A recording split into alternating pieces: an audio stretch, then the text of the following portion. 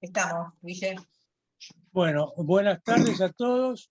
Muchas gracias por la presencia importante, aunque escasa, pero importante por las características de quienes nos están escuchando. Nuestro invitado de hoy es nuestro querido amigo Nicolás Gallo, que va a abordar un tema muy interesante, que es el tema, voy a tratar de leer el nombre porque téngame un minutito de paciencia porque yo esto no lo manejo muy bien. Pero es los planes sociales sin planificación social o algo por el estilo. Sí. ¿No? Con el progreso de la charla esta, que la haré lo más amena y corta posible, porque lo bueno, si es corto, es dos veces bueno, lo breve, si es bueno, vamos a ver, si es tan así la cosa. Va a ir cambiando uno de los términos del título, pero Muy después bien. vemos cómo. Voy a hacer una brevísima presentación de Nicolás, a quienes todos seguramente conocen. Nicolás Gallo es ingeniero por la Universidad de Buenos Aires, ha sido varias veces funcionario público relevante durante el gobierno de Fernando de la Rúa, fue administrador de Entel, interventor, creo, en Subterráneos de Buenos Aires, fue ministro de Industria y Infraestructura. Estoy hablando de memoria, así que vas a tener que tenerme un poquito de paciencia. Además, ha sido director de algunas compañías privadas muy importantes, como el diario La Nación, Latin Consult y el grupo Bunge. Bember, perdón. Bueno, voy a tener que pedir disculpas a cada rato, pero como estoy acostumbrado y como no tengo vergüenza, como todos ya me conocen, sigo adelante. Le dejo entonces en el uso de la palabra a Nicolás y pido a quienes nos están acompañando que una vez que termine su exposición me vayan pidiendo la palabra si quieren hacer algún comentario o pregunta. Nicolás, adelante. Bueno, una mínima corrección al breve currículum. Entel y Subterráneo fue durante el gobierno de Alfonsín. Correcto. Y al mismo tiempo quiero recordar unos cuantos años viviendo en Estados Unidos, en Washington, donde trabajé para el BID en muchos países en el desarrollo rural, y me encontré, así como al azar, diríamos, con uno de los oyentes, Juan Eduardo Fleming, que en ese momento estaba en la Embajada Argentina de Naciones Unidas, en Nueva York. Muy bien. Voy a empezar. Los planes sociales se han convertido en una bandeja enmarañada. Forman parte, quizás diríamos, del temario político hoy sin encontrar ninguna solución. Algunos hablan de que vamos a hacer desaparecer los planes sociales y otros no saben más qué decir. Tienen un fuerte peso en el presupuesto público. Pero también, así como están armados, es un nido que alimenta o puede alimentar la corrupción. Vamos a encontrar el nacimiento, porque también es bueno saber de qué se trata. Estos planes sociales nacieron así, proliferaron, salvo el PAN de Alfonsín, en el primer trimestre del año 2002. Y fueron presentados e instrumentados para hacer frente a los gravísimos problemas que produjo la enorme devaluación que fue el sistema que se utilizó para terminar con la convertibilidad. En Chile, la pobreza se introdujo en el país a los niveles insospechados en el año 2002, primer trimestre, con Duhalde a la cabeza, a través de un sistema o mecanismo que utilizó para que fue brutal, para terminar con la convertibilidad. En ese momento hubo un relato falso que perdura hasta hoy, de quiénes son los que sufrieron y de los que se beneficiaron, y transformó a la devaluación en una especie de hito épico que logró salvar a la República de un horrible 2001. Esto, aún sufrimos las consecuencias de esto, pero creo que es un relato que exige al menos poner algún concepto de verdad para sacarlo. ¿Quiénes intervinieron ahí? Y los apoyos fundamentales de los bancos internacionales. El BID fue uno de ellos, el Banco Mundial también, el Fondo Monetario idem, que formaron una masa crítica de recursos para sostener el presupuesto nacional y poder llevar adelante estos planes sociales que, como dije, eran destinados a aquellos que cayeron en la pobreza extrema y la indigencia en el primer semestre del 2002, en el semestre.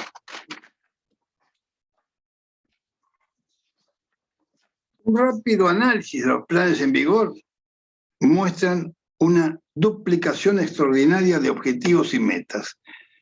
En el área social, cada ministerio, cada entidad, cada instituto tiene su propio plan, uno o más de ellos. Entonces se produce un aquelarre de planes de todo tipo, donde además se confunde muy claramente, y es profeso, de que el dador no es el Estado, sino el funcionario de turno.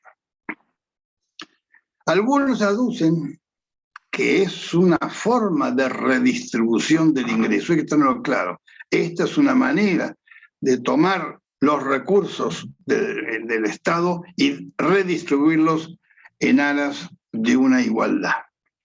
Pero esto es perverso como mecanismo, porque a la larga termina en menos para todos. Me hace acordar a una gran estafa, en este caso la estafa, tipo la que Madoff, allá por los 80, realizó con la misma teoría.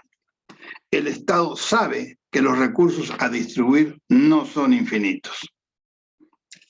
No quiero entrar en el detalle de los planes principales. Hay 6, los principales, digo, hay 6 en la órbita del desarrollo social, 8 en ANSES, 2 en el Ministerio de Trabajo, 1 en turismo, 3 en vivienda y hábitat, 4 en subsidios en energía y transporte. Similares también tienen algunas provincias. La asignación universal por hijo, la tarjeta alimentar y los planes para potenciar trabajo son los que se llevan la masa más grande de recursos destinados a los planes sociales.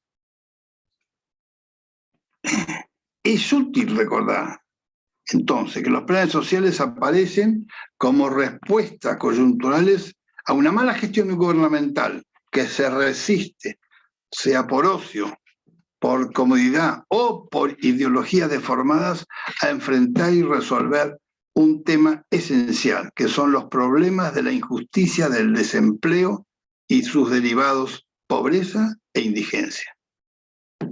Desempleo lleva a eso. El sistema imperante ha facilitado al mismo tiempo la multiplicación de organizaciones sociales que muestran habilidad para administrar los planes, pero que a su vez son parte del flagelo de la corrupción. Ahí sobresalen los gerentes de la distribución de planes, los organizadores de cooperativas al solo efecto de crear instancias de cobro, los mecanismos de compras de insumos sin control ni auditoría, y todo sujeto y objeto de una alta politización, donde la conquista de la calle se convierte en un trofeo. Todo esto es un disparate hasta ahora. Frente a la politización, algunos del gobierno propician su regreso al Estado, que el administrador sea el Estado. Lo que sería como poner al zorro en el gallinero, ya que al funcionario de turno le va a ser muy difícil administrar dádivas y donaciones sin caer en la tentación de requerir contraprestaciones electorales o de otra clase.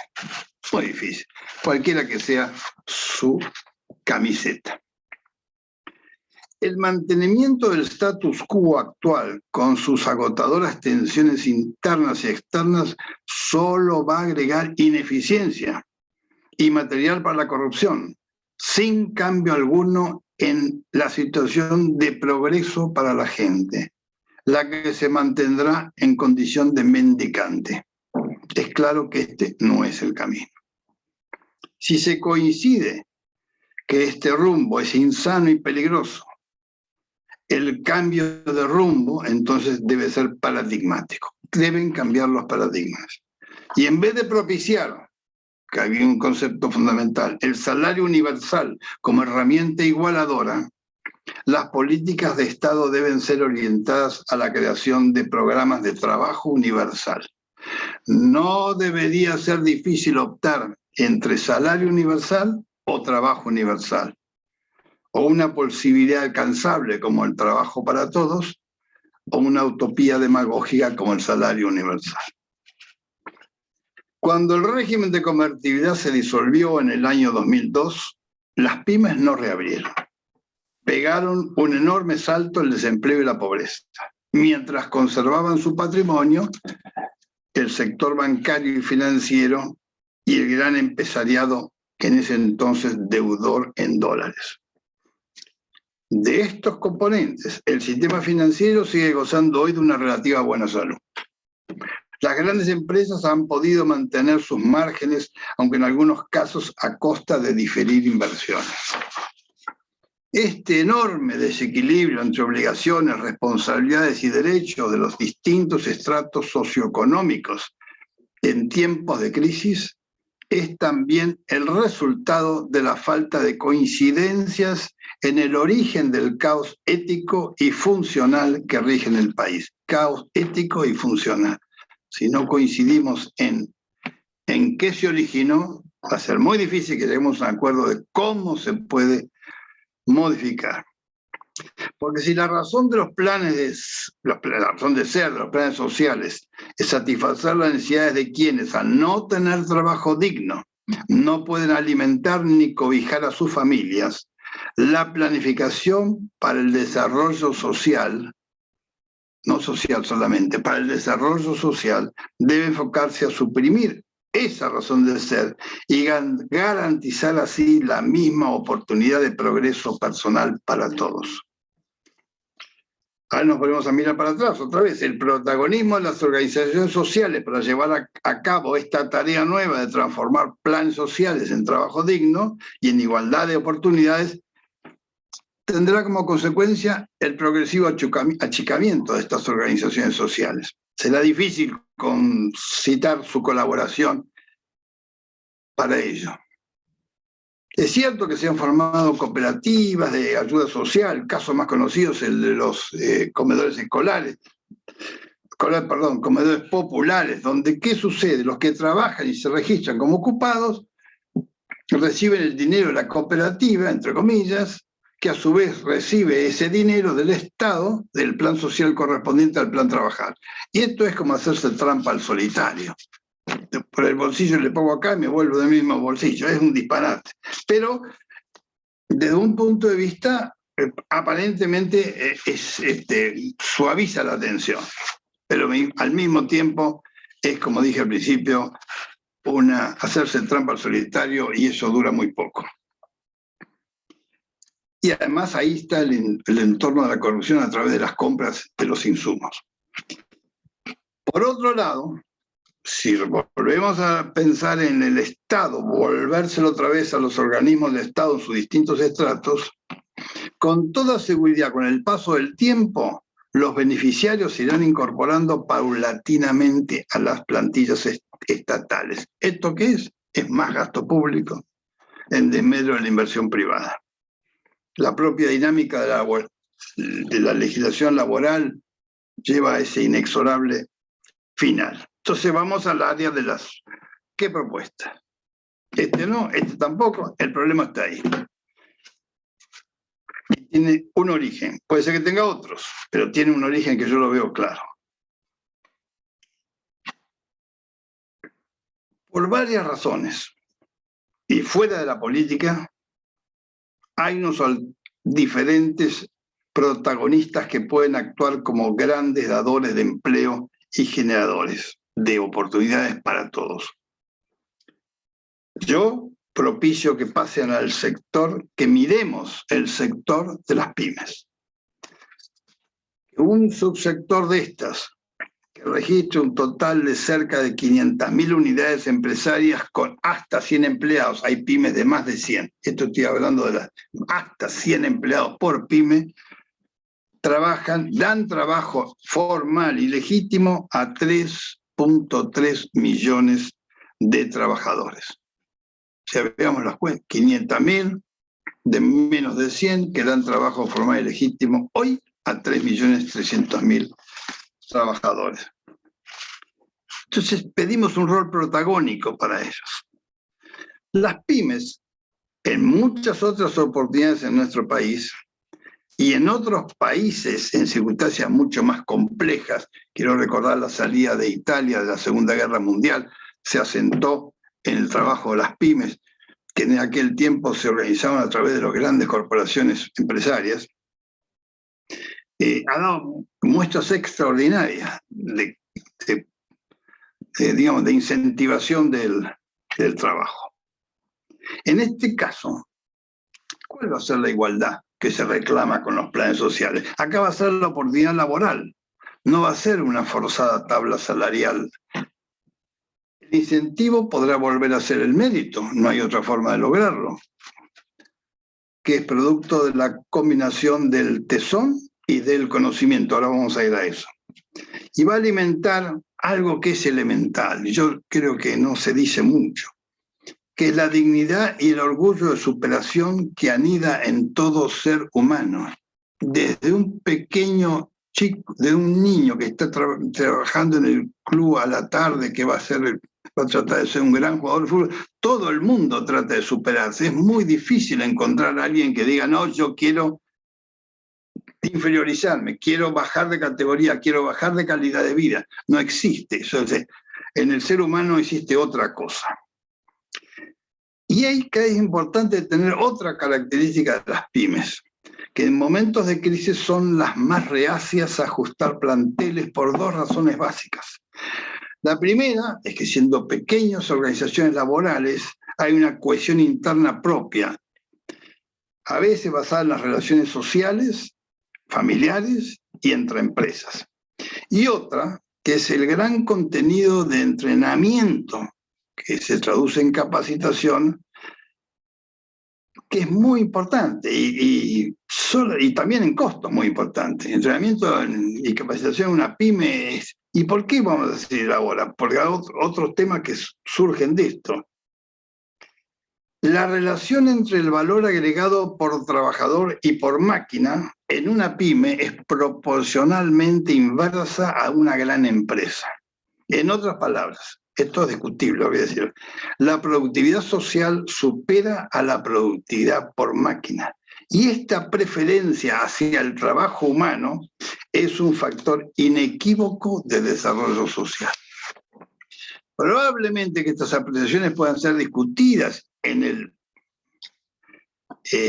un contexto muy micro, pero en un contexto macro, en relación al costo social del desempleo y del impacto negativo personal y colectivo del ocio forzado por falta de empleo, creo que vale la pena discutirlo. Refocando entonces el problema a resolver, y aceptado que la responsabilidad de las organizaciones sociales o de las instituciones del Estado sería el mantenimiento ineficiente del status quo, que lo tradujo en algo muy interesante. Lo voy a traducir en algo interesante. ¿Qué es el status quo? Es el retrogradismo, la filosofía del retrogradismo. ¿Por qué? Porque es lo que sucede cuando nos quedamos quietos mientras los demás avanzan. Entonces ahora resulta necesario identificar adecuadamente cuáles son las condiciones para motivar el protagonismo de las pymes. Es una política de Estado. No puede tener otra traducción que una política de Estado. En un programa que tiene tres componentes. El componente inicial es el incentivo. El segundo componente es la capacitación orientada. Y la tercer componente es la paciencia y la inteligencia para desarmar el andamiaje del status quo. Paciencia e inteligencia. No, esto no es gratis. No va a ser aceptado simplemente. El incentivo tiene dos características. Una cuantitativa, a través de beneficios fiscales, créditos, soportes de cargas sociales, una serie de cosas más. Y la otra es cualitativa, que se traduce en el reconocimiento social al esfuerzo de incorporar nuevo personal. Para el grupo de incentivos cuantitativos se puede ser muy denso, pero lo voy a leer rápidamente. Propongo los siguientes temas. Cada pyme que se presente con el objetivo de ampliar su cartilla, que debe ser obviamente declarado bajo juramento, en un 30% su cartilla o su plantilla, como mínimo, en el término de un año, tendrá un régimen similar al del monotributista, durante un periodo inicial de 10 años, extendible a un segundo periodo de igual magnitud. Deben delegarse en organismos provinciales y municipales, cuando corresponda, todas las facultades para aceptar y aprobar su incorporación al programa que correspondan a la jurisdicción donde está la pyme, facilitando toda la organización y normativa necesaria. Entre estas dificultades, o delegación de facultades, el conjunto de autorizaciones requeridas para exportar. Y después voy al otro tema. Esto significa suprimir en consecuencia la mayor parte de las intervenciones del Estado Nacional. Lo más alejado que hay. La pyme es seguramente lo más cerca que tiene el gobernador o incluso en algunos casos intendencias de grandes ciudades. Para la exportación se unifica bajo una sola cuenta interbancaria fideicomisada por el Banco Nación en conjunto con los bancos que las provincias designan. Para soportar ¿qué? Los fondos de garantía solidaria, que esto es muy importante, para los proyectos orientados a la exportación de las pymes que requieren financiación bancaria. Por último, en la parte de incentivos, establecer una quita del 100% de los primeros 3 años y del 50% de los restantes 7 años de todas las cargas sociales, tanto del empleador como del empleado. Aquí puede ser el Estado. No, pero voy a dejar de cobrar de cero, porque hoy cobra cero. Entonces va a dejar de cobrar de algo que ya no cobra hoy, porque están en los planes sociales. Las entidades gremiales competentes deberán asumir estas reducciones, porque no van a recibir la cuota parte que le corresponde a las prestaciones que en algún modo prestan los propios sindicatos. Y también van a tener que estar de acuerdo para regímenes especiales para acuerdos salariales y las condiciones de trabajo para las pymes que sean aprobadas para incorporarse al programa. Esto es importante porque se dice en política que vamos a hacer las reformas laborales. No puede hablarse de reformas laborales así de modo genérico. Acá hay un punto que tiene que ser discutido con los sindicatos. Vamos a ver cómo logramos tener un sistema laboral diferencial para una pyme que tiene miles de problemas distintos o que tengan pocos trabajadores a los que tienen las grandes empresas y formas de defenderse totalmente distintos. Pero esto se puede hablar públicamente sobre el tema sin entrar en generalidades. Desde el punto de vista cualitativo se pueden hacer muchas cosas, desde habilitar al comercio que es pyme o la industria que es pyme, de poner un signo fuera o en el etiquetado que implique que está en el programa de generación de empleo y que permita que el cliente, si le gusta, si tiene vocación por eso, por ahí compre algún producto que venga de una pyme sobre el de la otra marca. Y la marca pyme se convierte en una marca de mayor atracción. Esto es fácil de lograr. No hace falta más que convencer de la bondad de para todo el mundo. Hay un tema que también es importante acá, que es la información. Si la información tiene un canal sencillo para la denuncia, eso es crucial, porque va a haber muchas pymes que por ahí se anotan y realmente no hay capacidad alguna de control. ¿Quién la controla? La controla el vecino. Esto tiene un olfato feo, pero yo he vivido en Estados Unidos. El vecino tiene obligación de denunciar cuando hay una anomalía o una ilegalidad. Es como una obligación social por la convivencia. Y acá lo mismo, es un antídoto contra la trampa y el engaño. Pero tiene que ser fácil la comunicación para el sistema de información. Ahora viene el segundo incentivo, la capacitación orientada. Instituciones educativas terciarias y donde el aprendizaje práctico recibe una orientación adicional empresarial. Esto se arregla entre cámaras. Cámaras y instituciones educativas. El Estado no tiene nada que hacer acá. Los certificados que otorgan al alumno que entró en el programa de educación van a ser como el pasaporte técnico para la incorporación del capacitado en la pyme correspondiente. Yo acá incorporo un elemento importantísimo para todo esto, que es el mentoreo. El mentoreo es una práctica no rentada, pero que sí pueden desarrollar los estudiantes de último año. Con una relación de un mentor por cada 50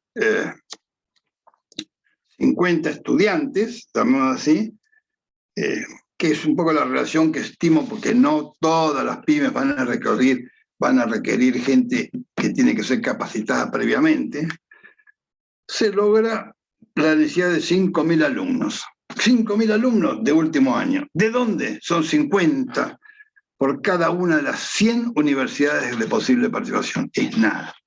Es organización nada más, y donde el Estado no interviene. Y acá viene el último, llamémosle condición, que es el reperfilamiento de los roles de los actores, con estrategias para amortiguar el desgaste de la batalla por el poder. De esto se trata, no es para pequeños, es para saber que acá hay una batalla por el poder que hoy día es el retrogradismo, y que puede ser totalmente diferente si uno tiene una buena estrategia de convencer. ¿Aquí en qué baso el principio estratégico esto? En el que se usa en un juego ancestral, es el juego del ajedrez. Dice, perder para ganar. Yo tengo que estar dispuesto a perder una pieza para ganar después. Y esto es la clave para explicar la estrategia frente a los que van a estar en el combate para no perder el poder. Perderán un poco hoy y después seguirán ganando el día de mañana porque todos ganan. Va a requerir una supervisión, esto es lo único que uno supone, bueno, ahí viene más gasto del Estado. No, la supervisión de un supervisor por cada 40 pymes va a salir ¿de dónde? De las plantillas gubernamentales dentro de los ministerios y dependencias que hoy tienen intervención en la temática social. Es muy fácil. Son 5.000 empleados hoy día del Estado. Pueden estar en el Ministerio de Bienestar Social, ANSES, en todos los que sean. De ahí salen y se les asigna una tarea que seguramente muchos de ellos le van a gustar, que es tener una tarea concreta y responsable. Y no estar así pasando el día sin hacer nada especial. Y acá viene el tema final, que es hay una diversidad de actores y conocemos la idiosincrasia nacional vinculada con ¿qué? Con la laxitud, la picardía y la mala fe, la interpretación y cumplimiento de las leyes. Entonces hay que controlar. Ahí sí hay un gasto, acá ya no. El control. Pero para minimizar el gasto, el control y la burocracia, se establecerá un mecanismo de auditoría bajo un sistema de sorteo vía la lotería. O sea, por sorteo. Yo no sé cuándo me toca. En algún momento dado me van a venir un señor y me va a controlar. Yo propongo que esta auditoría sea requerida a las universidades nacionales y provinciales y formará parte de los contratos estos como su sistema integrado a este gran programa de intervención de las pymes. Un costo ínfimo. Con el tiempo va a ser superavitario. ¿Por qué? Porque estamos apostando al crecimiento de la economía privada y al decrecimiento de la intervención de los planes sociales, las dádivas del Estado, con toda su gama de corrupción. Exige una coordinación solidaria, entonces, entre el sector público y la ciudadanía, con el protagonismo crucial de la pequeña empresa, que ¿cuál es? La que produce, la comercializa, la que presta servicios, la transportista, y la que también es fuente, muchas veces, y recepción de la innovación. Que ellos deben estudiar cómo en las pymes también surgen procesos innovativos completamente impecables. Vamos a resumir entonces la participación numérica y conceptual en el programa. Se traduce en 1 millón de personas que pasarán de planes sociales a empleos formales. Es muy simple, el 30% de los 3,3 millones que están hoy. Significaría la intervención de 150.000 pymes promedios. La afectación de 5.000 empleados públicos de planta actual a las tareas de supervisión colaborativa, con espíritu de colaboración, no con espíritu de censor. Perdón. El mentoreo de los capacitados por parte de 5.000 alumnos de último año, que usan esto como tarea práctica, que se hace hoy día, desde parte del trabajo práctico. Auditorías por sorteo, contratadas específicamente con las universidades, mucho diálogo abierto y público con los actuales protagonistas del status quo. Yo creo en la importancia del diálogo cuando tengo razón y estoy haciendo una cosa que razonablemente mejora la condición de vida de toda la gente. La comprensión positiva de la sociedad, tengo que entender lo que esto va a ser aceptado y va a ser promovido y aplaudido por la sociedad. Y esto requiere una comunicación ajena a las altisonancias, yo a los gritos, a las verdades de apuño. No existen verdades de apuño. Todos, algunos de mala o buena fe, más o menos están en la idea de poder ir adelante. Entonces hay que ser docente. Docente para enseñar lo que uno trata de hacer. Docente es saber informar y luego convencer con argumentos. Si yo le doy la buena información, luego voy a convencer con los argumentos del caso. Y ahí veo lo que dije al principio. El título era Planes sociales sin planificación social. Yo le agregué un término, la planificación para el desarrollo social. No es la planificación social, es el desarrollo social, que entiende que el desarrollo social es consecuencia del progreso individual. Hay junto los dos términos, progreso y desarrollo social. Progreso individual, individuo y sociedad. La organización de los recursos y afectaciones para alcanzar esos objetivos es una tarea indelegable que forma parte de la obligación del Estado. Nuevamente, organizar los recursos y las afectaciones para alcanzar esos objetivos. El programa que se propone exige el cambio de un Estado benefactor diseñado para repartir en búsqueda del poder del funcionario. Esto es claro. Si yo fuera funcionario, sé que con esto tengo miles, millones de empleados públicos disfrazados que están bajo mi tutela y bajo mi posibilidad de que puedan subsistir. Cambio ese Estado benefactor por un Estado organizador de la economía para que haya trabajo, que ese trabajo asegure la independencia de la persona y la justicia social de la igualdad de oportunidades. Estoy tomando esos temas para ir al segundo temita vinculado a esto. La libertad, que tanto se declama, viene sola cuando estas dos condiciones se cumplen. Independencia de la persona, que es independencia laboral, y la justicia social que le dio igualdad de oportunidades a todos. Ahí viene la libertad.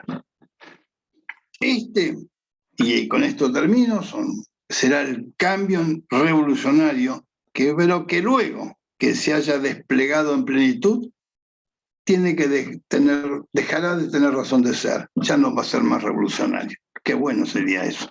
Ahí terminé y ahora estoy a disposición de las preguntas que ustedes deseen. Muchísimas gracias, Nicolás, por las ideas que acabas de esbozar y por la sencillez con que has enfrentado un tema que yo no sé si es tan complejo como la prensa o los políticos señalan. Me gustaría saber si alguien tiene alguna pregunta o comentario para hacer, nos pide la palabra o habla directamente porque somos pocos. Para hablar, les ruego que primero destraben el micrófono, ¿no?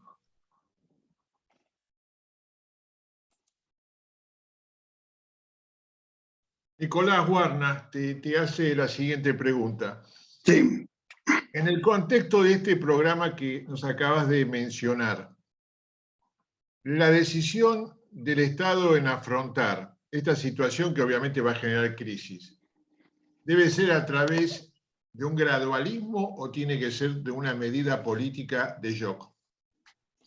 Si fuese una medida política de shock, me tomo todos, pero no, estoy pensando el 30%. Si en el primer año logro que el 30, el 25% de los sujetos beneficiarios por planes sociales pase a las plantillas de las pymes, y supóngase, ya empieza a caminar. Entonces no tengo que presentarlo como un programa absoluto, sino un programa que progresivamente va a ir enriqueciéndose a sí mismo y alimentándose a sí mismo. Quiero bajarle la condición de altisonante. Pero el objetivo, ¿cuál es? No es de sacar los planes sociales, sino transformarlos efectivamente en trabajo formal dentro de las pymes. Esto es un sector muy importante que tiene hoy miles de organizaciones de pymes. Hay las cámaras, hay muchas, hay provinciales, hay no. Seguramente van a responder. Entonces, quiero sacarlo del ámbito político. Es una simple modificación del status quo, en este caso, de que el beneficiario pueda tener trabajo independiente de un caudillo o de un referente local. Y no hay que darle más trascendencia que esa, pero sí sacarlo del ámbito de que así no van a ir más a la calle y entonces no me van a bloquear. No tiene que ver, eso va a ser una consecuencia, seguramente. Tratar de enfrentarse con los que van a perder poder sin violencia, simplemente con razonamiento. Bueno, y público. Eduardo. Gracias. Bueno, yo quisiera hacerte más que una pregunta, un comentario respecto de lo que me suena, de lo que me pasa a mí cuando te escucho a vos en tu desarrollo. Todos sabemos, o creo que todos sabemos, que hay administradores de los planes sociales. Sí. Digamos, hay gente que se ocupa de juntar el dinero y someter a la esclavitud a los beneficiarios de los planes sociales. Me parece. Creo que este es un punto muy importante y me gustaría algún comentario respecto de cómo enfrentar esto, si crees que es correcta mi interpretación. Claro, es que parto de otra plataforma. Yo no pienso en enfrentarlos, sé que existen. lo que voy a lograr a través de esto, que haya un sistema donde una pyme, un dueño de una pyme, o una sociedad dueña de una pyme, le digo, esto me interesa, yo quiero ampliar mi capacidad de producción, y si con la ampliación de mi capacidad de producción no pago carga social durante un tiempo, tengo derechos laborales diferentes y tengo una problemática de resolución interna muy distinta, yo me voy a ocupar del tema, lo voy a llamar a ese señor que está ahí, que yo sé que era un buen carpintero, pero que dejó de tener, lo voy a llamar y le voy a decir, incorporate a mi plantilla. Es el hombre, el de relaciones laborales de la pyme, el que va a salir a buscar. Tiene el apoyo universitario, tiene el apoyo del conjunto de la sociedad, que van a ver esto con bueno. Así que no me quiero enfrentar con nadie. Solito, el que está hoy día gerenciando planes donde se queda con una parte y seguramente comercia con los insumos, va a ir perdiendo el trabajo. Pero si no es mi enemigo, él también se va a encontrar algún trabajo el día de mañana. Hoy no es mi enemigo, hoy simplemente es un actor que tengo que saber que se va a molestar un poco. Pero no lo quiero molestar públicamente. ¿Para qué? Sí que, ¿qué gano con eso? Con esa barabuconada no voy a ningún lado. No, me parece muy bien, pero me pregunto cuál va a ser, porque vos en tu exposición has señalado la necesidad de dictar una serie de normas legales de Sí. diversa entidad, algunas leyes, algunos decretos, algunas resoluciones, me imagino, Sí. que van a generar respuestas negativas en algunos casos si el marco político en el que en el que estamos ahora y que ojalá cambie, pero que puede ser que no cambie del modo que se aprueben todas estas disposiciones de modo rápido o efectivo, genere un estado de, digamos, de revuelta o de desaliento, y precisamente por aquellos que van a sufrir las consecuencias. No sé si es clara mi... Es claro lo que decís, pero no, el estado de beligerancia uno lo puede provocar o lo puede suavizar. Uno de los temas que yo incorporé en el programa es sacarle al Estado Nacional, salvo el Congreso, que deberá dictaminar alguna ley transitoria para la supresión de las cargas sociales durante un tiempo determinado, que existe en parte alguna cosa hoy. No hace falta que entren las provincias y los municipios. Municipio que sabe que puede mejorar las condiciones de trabajo de las pymes que están ahí a través de este mecanismo, y lo va a llamar al gobernador para que empuje. Esto es a la inversa el sistema. Okay.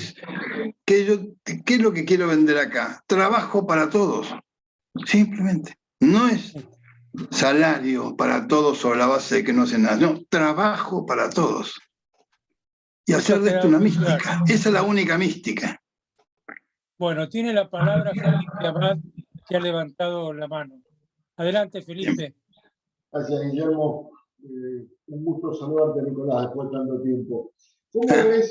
¿Cómo ves el problema vos sabés muy bien, y sos un especialista, las pymes le tienen pánico a los juicios laborales, que son una industria?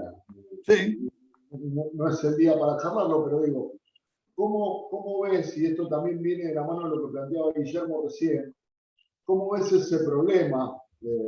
Es un miedo hoy tomar personal pensando en que te estás comprando, estás haciendo un plazo fijo en contra, digamos. Sí y no. En general los pedidos y los proyectos de reforma laboral fueron alimentadas por dos fuentes, pero una con categoría máxima y la otra con categoría mínima. La fuente con categoría máxima son las grandes empresas. Alimentan la reforma laboral legítimamente, pero con otro objetivo, que es tener libertad de acción adentro.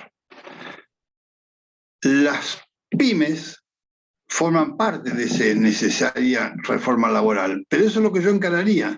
Entonces es más difícil discutir en un debate público si quiere una reforma laboral para que una pyme de 100 empleados pueda tener 130 que meterme a defender la reforma laboral para la Ford, para Arco, para quien sea, para Techino, para dar algunos nombres ejemplares. Entonces mi reforma laboral será nada más que para aquellas pymes de menos de 100 empleados puedan incrementar su plantilla en el 30% dentro de los próximos años.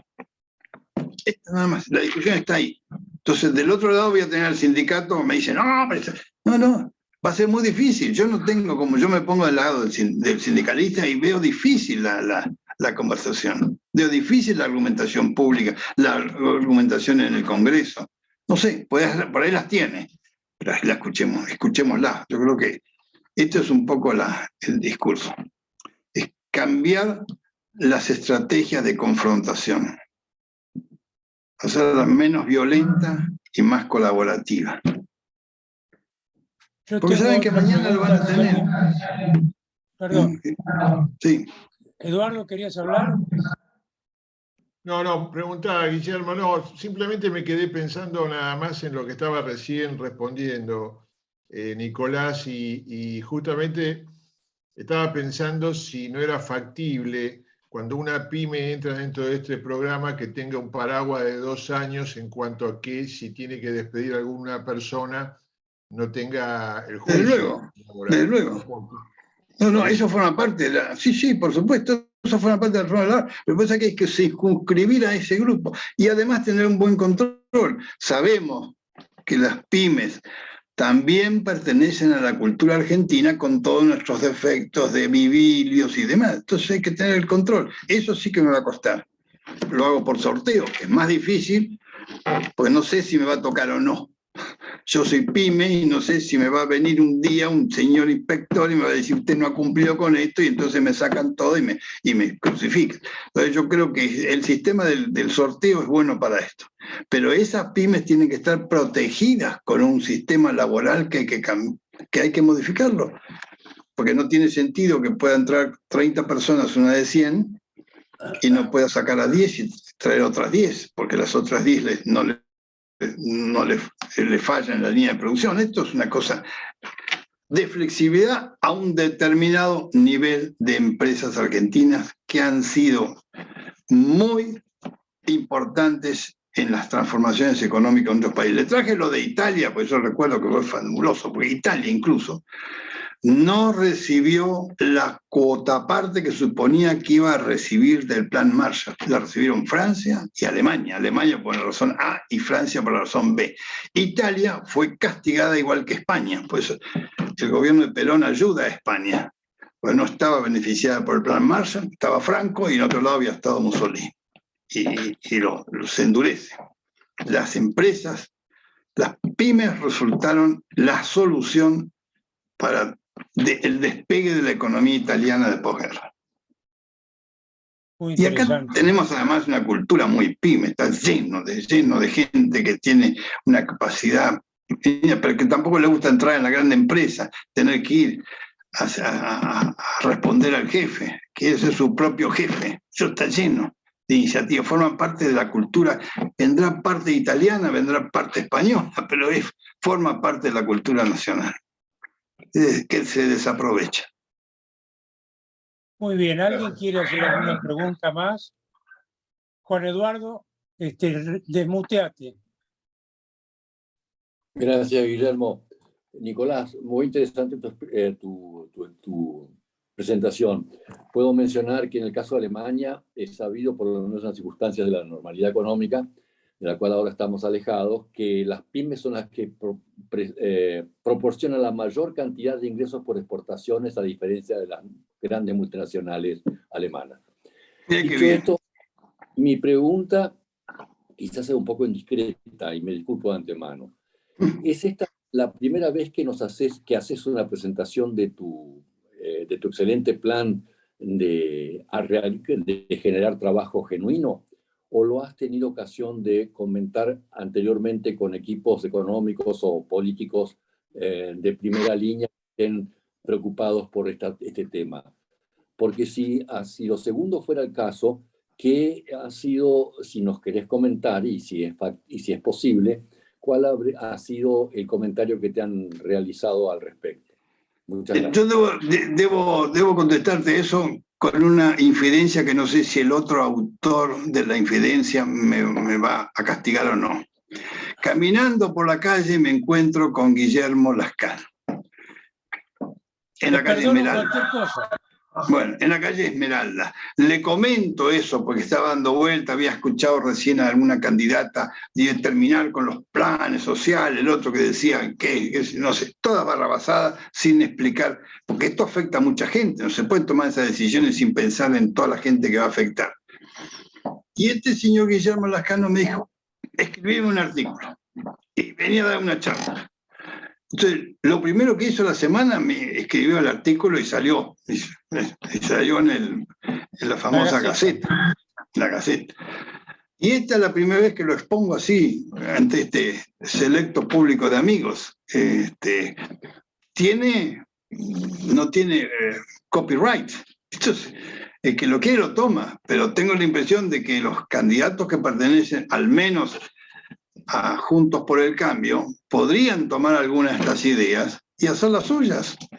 Y desde los distintos espacios puede servir para mostrar que hay algo que se puede cambiar sin generar conflictos mayores, sin enfrentamientos y sin crear la idea de que esto es liberal y lo otro es popular. No, esto es lo único y principalmente liberal que tiene esto es que libera al beneficiario del yugo de la relación con el patrón de la esquina. Lo libera, le da libertad de ese punto de vista. Después, creo que es así como hay que venderlo. Pero bueno, está a la disposición de quien quiera y pienso que tiene algunas ideas que pueden ser utilizadas por los candidatos.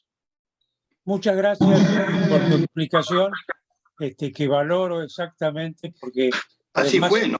Así fue, en la esquina de casa y muy cerca del estudio de Nicolás.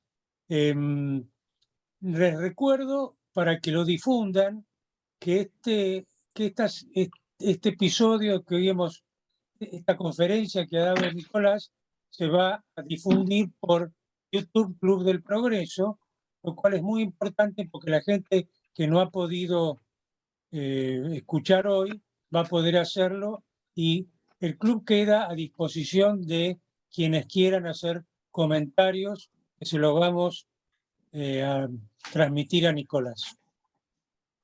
Si no tenemos hay una pregunta. Perdón, adelante. ¿Cuál piensa que, no sé, escucho ahí que él escribió algo, Emma Kamenash, pero no lo terminé. No sé. Emma ahora te lo leo. Ideas muy bien presentadas, felicitaciones, doctor Nicolás Gallo. ¿Cuál piensa que es el papel de los sindicatos en su programa? Es lo que señalé, que el sindicato va a tener que aceptar que hay un sector que hoy día no trabaja, que van a poder trabajar y dentro de X años van a formar parte de los sindicalizados. Pero que en esta primera parte, en esta primera etapa, para que pasen de ser no trabajadores a trabajadores, requiere un esfuerzo de comprensión. Perder para ganar, como decía antes, que era una de las claves estratégicas del juego del ajedrez. Perder para ganar. Pierde una pieza y después sí que gana el partido. Bueno. Eduardo, quedás a cargo del cierre de la... Bueno, gracias Guillermo. Hoy, Nicolás, te quiero comentar que le pedí a Guillermo que haga tu presentación, porque sabiendo que son amigos, aparte de la estima que los dos se tienen uno al otro, me parecía lo más correcto. Y te agradezco, Guillermo, por repetirme el cierre. Gracias, Nicolás. Te conozco desde hace mucho tiempo, desde la época de Cartañá, ¿te acordás vos, la Defensoría del Pueblo? Sí. Sé que siempre fuiste una persona dedicada políticamente a lo correcto y con muchas ideas. Y bueno, te tengo que agradecer. Esta es tu casa, el Club del Progreso, y como siempre, sos bienvenido. Así que nuevamente gracias Y gracias a todos por participar de este foro y gracias a vos, Guillermo, por esta magnífica presentación de Nicolás. Así que Muchas gracias a todos. Gracias por escuchar. Gracias. Adiós a todos.